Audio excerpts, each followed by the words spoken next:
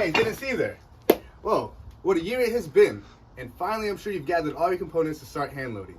So, let's watch this little video and we'll get right down to it.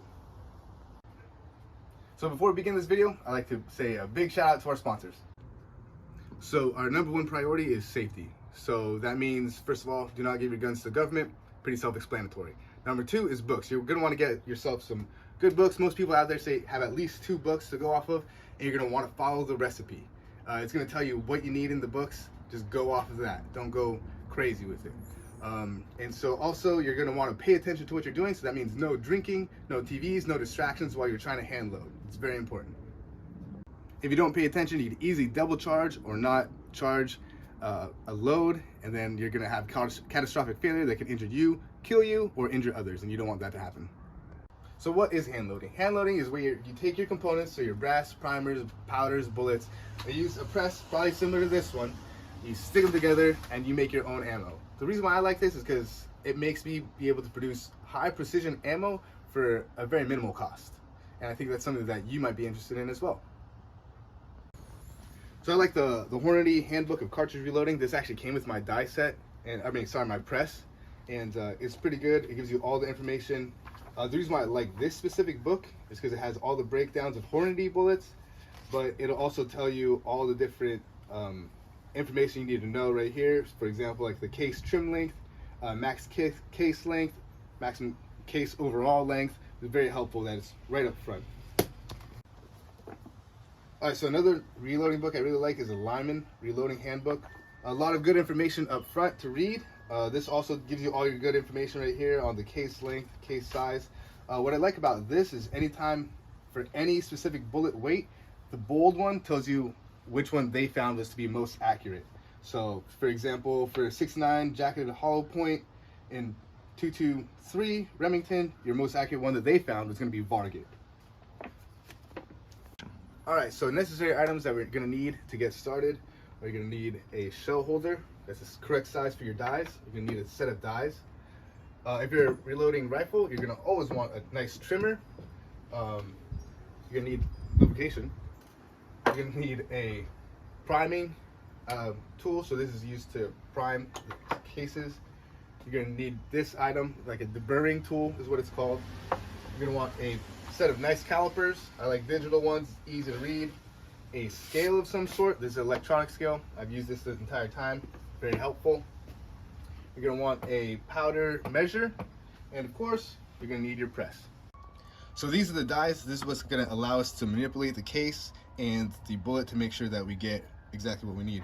The shell holder is gonna hold it in place on your press and also hold it in place for your priming tool. The priming tool is used to, again, put a primer into the base of the brass that you have. The trimming tool here, this is the one I like. It's Lineman. It works very well. It's going to allow you to trim the case here to make sure that it is in proper specs. So with the rifle case, the shoulder is where it holds in the actual chamber, and so you're going to get a little stretch out of your case. You want to make sure that it's trimmed correctly. So it's a little deburring tool. So this guy is going to make sure that you can take off the rough edges of your case mouth so that your bullet doesn't get scratched and that it can fit in there nicely. Also, some primer pockets for military primers or military brass is going to need to be swaged and cleaned so you can get another primer in there.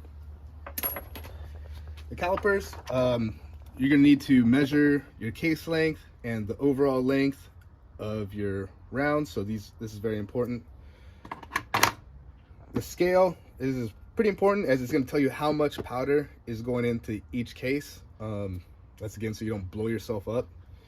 Powder measure, this is going to make a consistent drop of powder so that you don't have to measure every single one, but it's going to help out quite a bit. The press, of course, is going to give us the power. Oh, so this is the case lube I use. It's the one shot. It's a spray, which makes things easy for cleanup. There's some other lubes out there, but this is the one that I like to go with because it's simple and easy. All right, so these are some tools that are going to be nice to have, but not necessarily a necessity.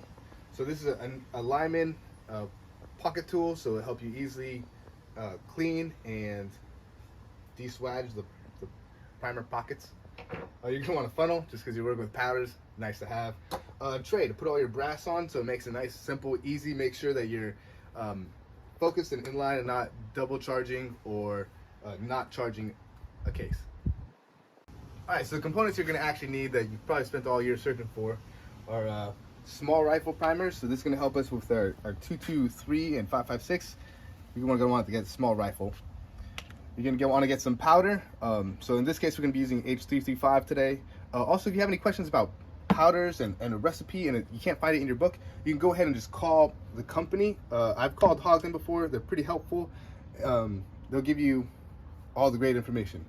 Next, you're going to want the projectile. So they come in, you want to focus on the different grains. So this one's 40 grain.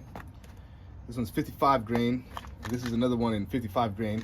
Also for reloading 5.56 or 223, it's going to be 22 cal and .224 inches. And then of course your brass, it's going to be any dirty old brass that you come up on. So that's pretty much all you need. So a grain, besides being cash crop, there's also the weight of something. It's a measure of weight. So the different grains are going to be the different weights of the actual projectile. And so this is going to change quite a bit in your book, especially if you're going to be loading something. The difference is 40 grain that's going to be moving pretty quick because it's light, versus a 55 grain is going to be moving a little bit slower with the same powder and primers behind it. You want to make sure that you have the information for those rounds, because if you don't, you could have a catastrophic failure. There could be too much pressure in the chamber or not enough, and then you get into problems. All right, our next item on the docket is to be setting up our dies, and we'll show you how to set those up right now. So every set of dies comes with a piece of paper that literally just tells you the same thing that I'm trying to show you right now. So the first die we're going to be working with is the sizing and depriming die. So it's going to be the one with the long deprimer thing here at the end.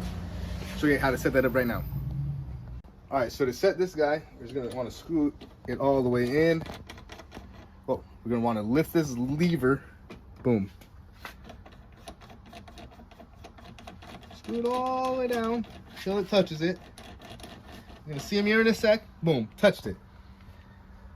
So now, bring this sucker back down. So we're going to want to screw it in to a 1/4 to 1/8 turn here. You're going to want to set it using this nut. Go ahead and set that sucker so when you come up, they call a little bit of overcam, how it clicks into place there. Let me show you that one more time. Boom. That's what you want. And to set your deprimer, you can put a piece of brass in here. Screw it down until you make sure it pops out. Then pop out on that. Oh, there it is. So you're good. You want to set this one just to where the primers pop out, but you don't want to put it like, you don't want to overdo it basically, because it can ruin the little hole that's on the base there of the primer pocket. What really focus on here is just setting your die correctly. So once you got your spot, you're going to want to torque it down with that hex screw there. And then again, you can just manipulate this depriming tool here till it sticks out just a little bit, and make sure that you can deprime your piece of brass without going too far to injure the pocket priming hole. So you can put a crimp on these. A crimp is where you take the mouth of the neck here. So you got the mouth of the neck and you just like kind of close it down on the bullet. That's for like, they say it's for like carrying guns or like really some heavy duty semi-automatics or fully automatics that are gonna knock the round around in a magazine. I've never crimped anything, and crimping can create different pressures as well. So the way I'm gonna set it up is we're not gonna use a crimp. We're gonna do the seating die. This is gonna seat your bullet and everything. So first, you're gonna want to stick a sized piece of brass in your seater. Ram that cam all the way down. Lower it just until you feel the touch.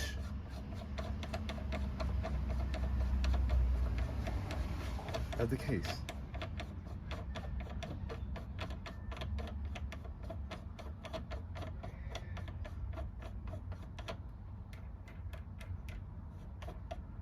Ooh, just right there. Felt it. Now, you want to rotate this one full turn back. There. You want to screw that there, and you're going to want to set it. So that this guy doesn't move. Boom. To get the seating depth, I normally like to take a uncharged, unprimed round, stick it in there, stick a projectile on the top of it, run it up, didn't touch, didn't go that far, so screw the top part in a little bit more, see where we're at.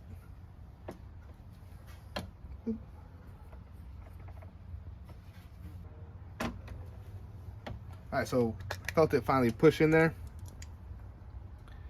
but it's definitely out of bounds. So our case overall length could be 2.260, so that's way over.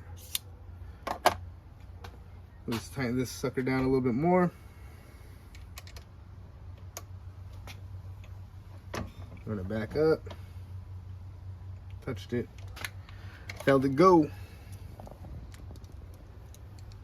And let's check it. Just a little bit. So we still got some more adjusting to do.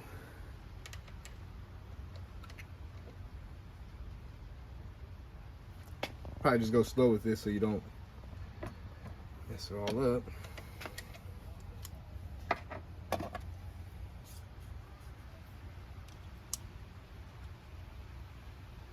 We're going by like hundredths here.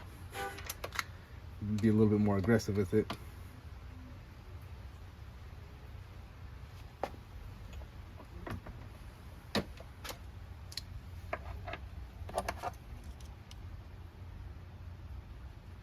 Almost there.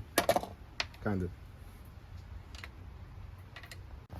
So after using the extreme scientific method of trial and error, oh, there we go. So it's 2.256. So it's right underneath our max case overall length of 2.260 inches. So you just tighten down this bolt and everything will be set. So once your dies are set, you don't really need to move them again unless you're going to use a different bullet. Then the only thing you need to do is move this little top one to make sure that your max case overall length is where it needs to be. Alright, so getting into actually reloading, what's going to take up probably most of your time is brass prep and inspecting brass. So before you run it through your press, you're going to want to at least give it like a nice wash. You can do this in a bucket with some soap and water, let them dry out.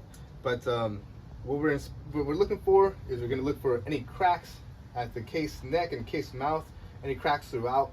If you're going to have any case head separation, it's difficult to see, but you can get some stretching in there, discoloration. If you have any major dents that won't come out when you press it, some people say it'll fire form, but in reality, these are super cheap. You don't want to risk your life or your hands or your rifle or anything else because you want cheap brass. So if you're in doubt, just throw it out. I'll attach information down here about what to look for in brass, and if you have any questions about certain types of brass, whether you should throw it out or keep it, and it'll be on the bottom of this video. So one easy way to distinguish between military brass is usually has a color, some kind of dye that's around here. It helps seat the brass and make sure that it creates a seal so water doesn't get in there. But what's also happening with military brass is there's a little bit of a lip over the top of the primer. It helps keeps the primer in there. So you're gonna have to remove that by either using this Depriming tool or one of these guys. All right, now that we've got our brass prepped and our die set, we're gonna go ahead and wanna start loading these guys. So we're gonna go through this whole process with just this one piece of brass. So at the beginning, the first thing we're gonna wanna do is we're gonna wanna take our one shot or case lube and lube that sucker up.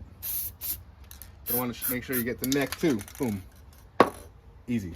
All right, so we have our press here. Make sure you get your shell holder for your correct caliber, and we got our die in place, and we're gonna just send this sucker home. Boom, there's the primer, popped right out. All right, so this is gonna create the neck mouth, make sure that it's nice and circle. Gonna take out any, fully size this, and boom, there's primers out. All right, after we got our cases deprimed and shaped nicely, we're gonna want to run them through a tumbler if you have it. Again, it's nice to have a tumbler, but not a necessity. And then we're gonna want to trim. So we go to our loading manual here. It says max case length is 1.760 inches, case trim length, so what you want to trim it to is 1.750. So this is basically saying if it's longer than the max case length, you want to trim it down to 1.750.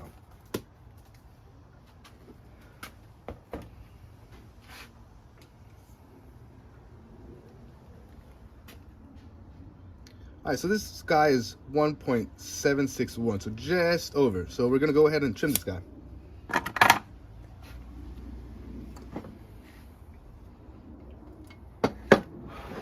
This is the part that I might look a fool. All right, so you get our trimmer out, line them up, make sure it's locked in there, and then just trim away, baby. Boom, just like that. But see, now if you notice, the case mouth is very sharp. It needs to be deburred.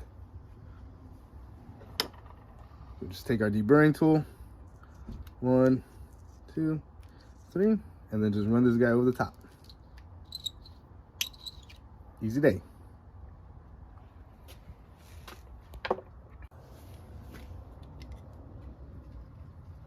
.752 is good, right in the area we want.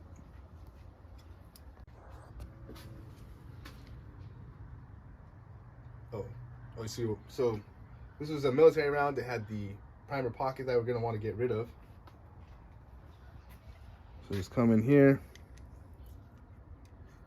get a couple of those guys. Like I said, this guy, I just bought this one online on Amazon. Super helpful. Let's clean that all right up. Hopefully our primer will just jump right in there and get held.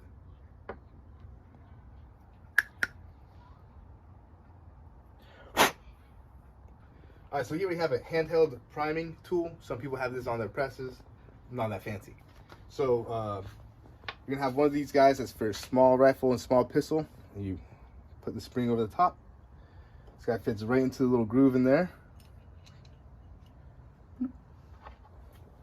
You're gonna take this guy. We want the small one, so we slide that on in there, like so. Push it all the way down because we're gonna need to get our shell holder right in there like that. Boom. And just like that, spring action. All right, so we're gonna take our primer. We want to open this guy up. So a lot of people say that they don't want you touching primers with their hands. That fly really just get on me. So these things, you just easily knock it over. That's what these little ribs are for here. Or you could wear latex gloves. All right. Put this guy over the top. Oops. So we want it so that the opening,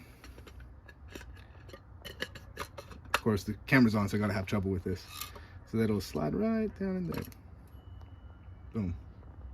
All right. Take our primer. Now, since safety is our #1 priority, anytime you're handling pressing primers like this, you're gonna want to wear some eye protection. I've never had it happen to me, but some people say that these might go off sometimes. So press it in all the way, just like that. All right, so you just want to run your finger over it, make sure that the primer is not level or sticking out a little bit, and you're good to go. All right, so today we're going to be using H335. I like this powder, 556. It's pretty readily and easily available. You just pour your powder in here. Funnel's not necessary on this one, but it is, again, nice to have. Now, when you pour in your powder, you're going to want to actually have a little bit in here, even if you're only doing like 5 rounds. You're trying to get it consistent, so make sure that you have a little bit extra in there. Boop, done. For the vast majority of the time, the grains of powder is based off of the grains of your bullet weight that the powder is going to be pushing when it burns. All right, so today, because we're going to be using the Sierra bullets here, it's 55 grains. So we go to our reloading manual here. All right, so we go to the 55 grains. There's H335. So on the low end, you have 20.8 grains of powder, and on the high end, with 23.2 grains of powder. So it gives us about 3 solid grains in there that we can mess with. Not really, but enough. All right, so you're gonna want to make sure that your scale is nice and calibrated. Already calibrated beforehand. Guess I trust my life to this thing. There's plenty of types of scales. There's electronic ones, there's old school weight ones. So whatever you got, make sure it works. So put this little tray on here. All right, make sure it's set, zero it out.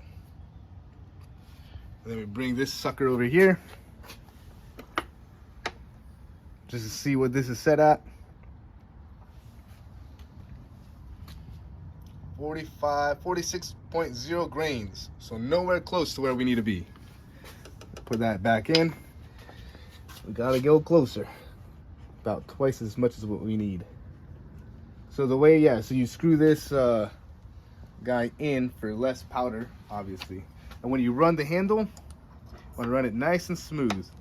Also, anytime you have to reset the powder, you want to do it at least minimum 3 times. Toss the powder back in. Get a new sample. See how much it weighs. 28.7, still a little bit too much. Crank this sucker down a little bit. So again, since we adjusted the powder, run it 3 times. Put the powder back in. You don't want to be wasting powder.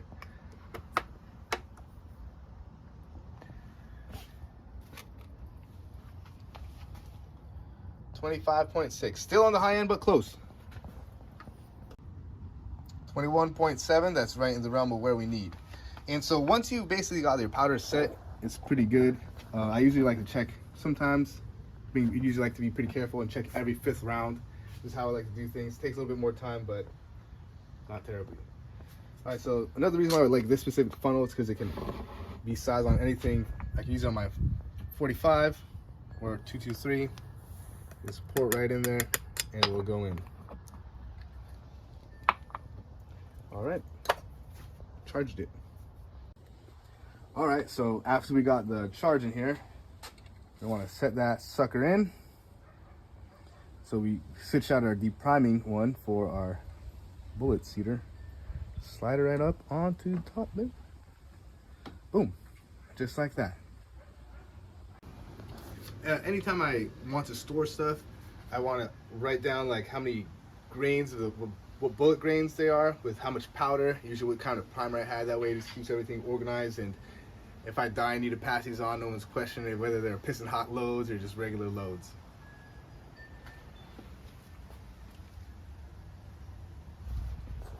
All right, so thanks for joining us.